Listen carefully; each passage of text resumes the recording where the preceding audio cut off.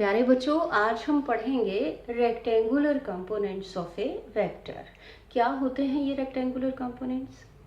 When a vector is subplated into component vectors which are at right angles to each other, then these component vectors are called rectangular components of a vector।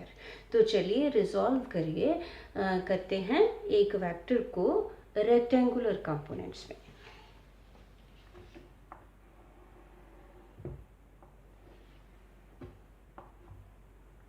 Origin ये x axis और ये Y axis.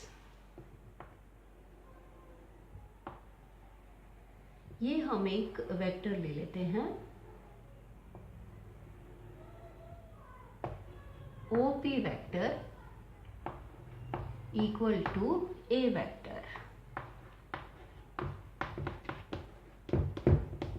इस OP vector को a vector को हमने resolve करना है along x axis and along Y axis.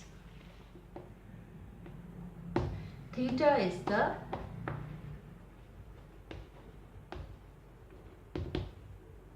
Angle between a vector and x axis. P से परपेंडिकुलर ड्रॉ कर लेते हैं on x-axis, Pn perpendicular on x-axis and Pm perpendicular on y-axis। अब इनको डायरेक्शन दे देते हैं ON वेक्टर और OM vector. Recall करिए parallelogram law of vectors. If two vectors ON vector and OM vector can be represented both in magnitude and direction by the two adjacent sides of a parallelogram drawn from a point O, then their resultant is represented both in magnitude and direction by the diagonal of the parallelogram passing through the same point। तो parallelogram law लगा करके हम यहाँ लिख सकते हैं OP vector is equal to ON vector plus OM vector. तो ये हो गए दो कंपोनेंट्स। ए वेक्टर के कंपोनेंट्स कौन कौन से हो गए? ON वेक्टर और OM वेक्टर। इनकी वैल्यूज हमने निकालनी है। इसको कह देते हैं AX वेक्टर। AX क्योंकि ये X डायरेक्शन में है, A इसलिए कि ये A का कंपोनेंट है। इसी तरह से इसको AY लिख देते हैं। OP को हम A वेक्टर लिखते हैं, ON को AX वेक्टर प्लस ON को AX वेक्टर और OM को AY वेक्टर। दूसरे तरीके से मैग्नीट्यूड अलग लिख लेते हैं, डायरेक्शन दे देते हैं यूनिट वेक्टर से। I cap is a unit vector along x axis, आप जानते हैं, प्लस AY मैग्नीट्यूड अलग से लिख लिया और डायरेक्शन दे दी J कैप से। J cap is a unit vector along Y axis. और अगर ये पॉइंट भी स्पेस में लेते हम, तब एक और कंपोनेंट ऐड हो जाता AZ वेक्टर। तब हम लिखते plus AZ into K cap. K cap is unit vector along Z axis. तो इस तरीके से लिख सकते हैं। इसका magnitude OP square is equal to ON square plus ON square plus PN square, इस ट्राइंगल में पाइथागोरस थ्योरम। और A square is equal to ON किसके बराबर? AX इसका स्क्वायर प्लस PN को लिख लेंगे OM या AY। तो A इसके साथ आ जाएगा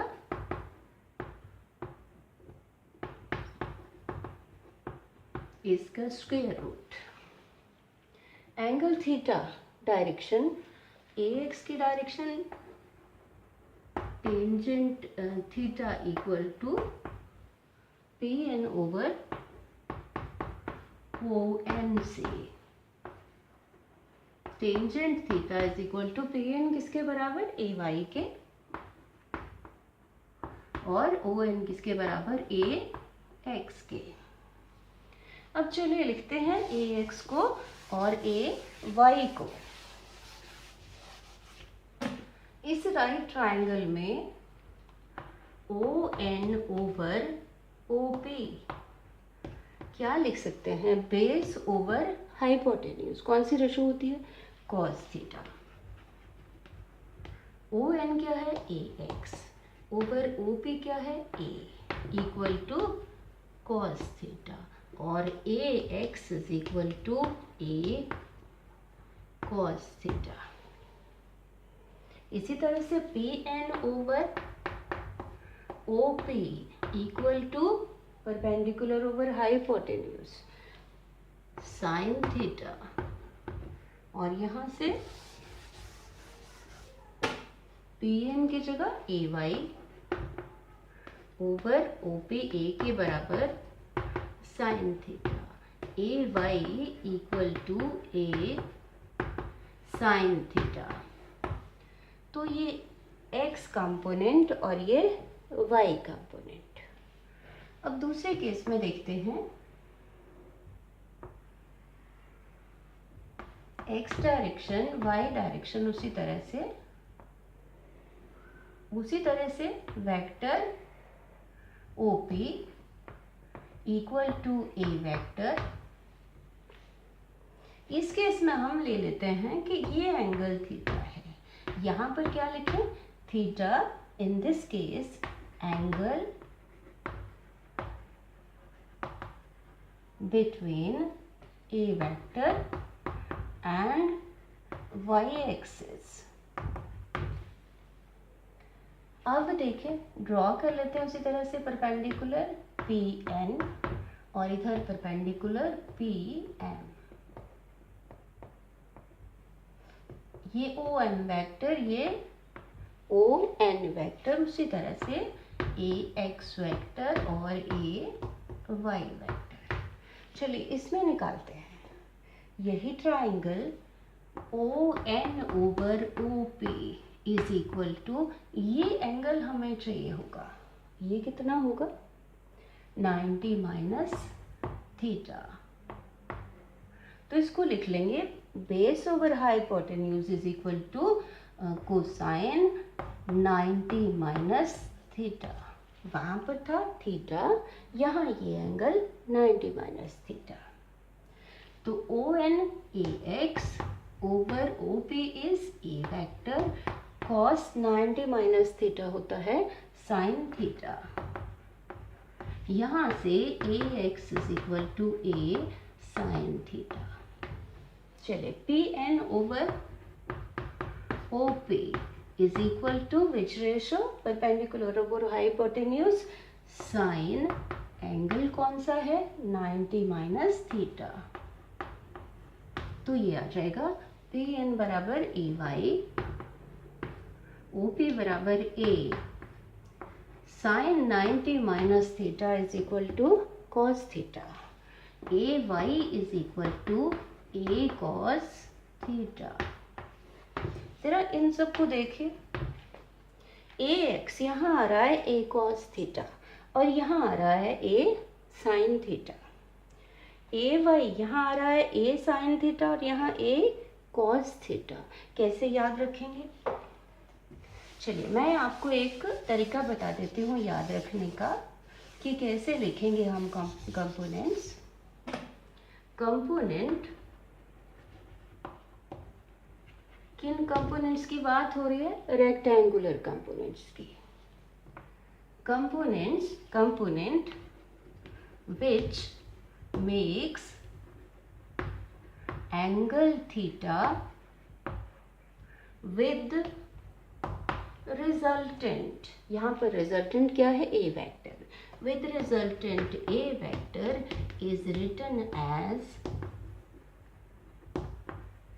equal to magnitude of the resultant into cosine theta. दूसरा कंपोनेंट, अदर कंपोनेंट, दूसरा कंपोनेंट कौन सा, perpendicular to A cos theta, इसको लिखते हैं equal to A magnitude of resultant into sine theta. जरा चेक कर लें, ए एक्स कंपोनेंट यहाँ एंगल थीटा बना रहा है, तो A X is equal to A into cos theta. इधर देखिए ए वाई कंपोनेंट बना रहा है एंगल थीटा ए के साथ, तो ये क्या लिखा गया, ए इंटू कॉस थीटा। तो दूसरे वाले कंपोनेंट को लिख लेंगे ए साइन थीटा। चलिए एग्जाम्पल देखते हैं। मान लीजिए कि ये है वेलोसिटी वेक्टर, इसका ये component,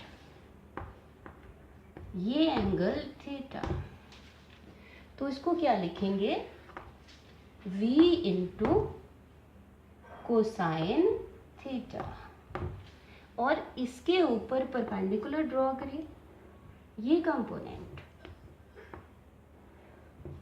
perpendicular to v cos theta, ये क्या लिखेंगे, v sin थीटा। करेक्ट। एक और एग्जांपल लेते हैं, जैसे कि ये रिजल्टेंट है r वेक्टर और ये कंपोनेंट, ये एंगल थीटा है। एक बात तो जरूर है कि रिजल्टेंट बीच में रहता है और कंपोनेंट्स उसके आसपास। किस तरह से, इस तरह से कि कंपोनेंट्स जो हैं वो परपेंडिकुलर होते हैं एक दूसरे पे। तो जो कंपोनेंट एंगल थीटा बनाता है उसको क्या लिखें, magnitude of resultant into cos theta. दूसरा कंपोनेंट जो इस पे परपेंडिकुलर है उसको क्या लिखें, आर साइन थीटा। तो बच्चों इनको बहुत अच्छी तरह से समझ लेना है। इस टॉपिक की इम्पोर्टेंस इसलिए बढ़ जाती है क्योंकि आगे ये चीज़ें यूज़ होनी हैं। Thank you.